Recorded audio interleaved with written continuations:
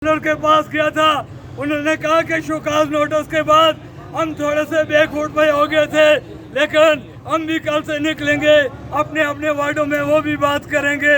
अकेली उठो, खड़े हो, क्योंकि ये मुतनाज़ा रियासत है। मुतनाज़ा रियासत का ये कानून है कि वहाँ के वसाइल उन्हीं लोगों पर लगते हैं, लेकिन हम अजीब कौम है।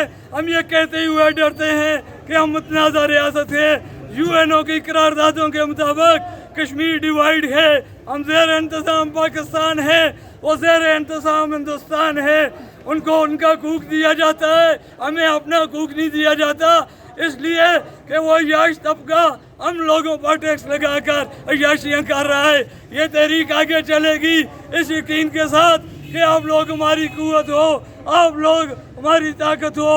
आप निकलोगे तो हम हार में आगे बढ़ेंगे और आपके हकूक़ आपकी दहलीज तक पहुँचाएँगे। मैं शुक्रिया अदा करता हूँ तमाम कौंसलर साहिबान का, तमाम ताजरों का, कि गैरत के नाम पर निकलना होगा, अपने हक के लिए बोलना होगा, अपना हक छीनना होगा। वाह अलैना इल्लल बलाग।